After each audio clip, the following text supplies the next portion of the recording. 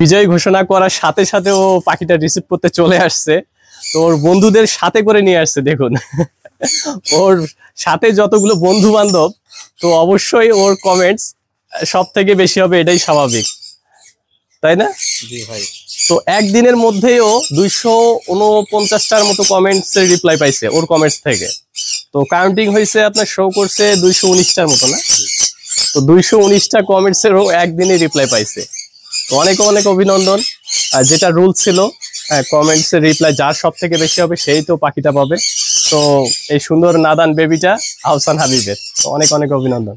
যাদের কারণে হচ্ছে আমি আজকে ভাইয়ের কাছে এই পাখিটা সুন্দর বাচ্চাটা পাইলাম, এবং এটা শুধু আমার না, এটা আমার সব ফ্রেন্ড সার্কেলেরই।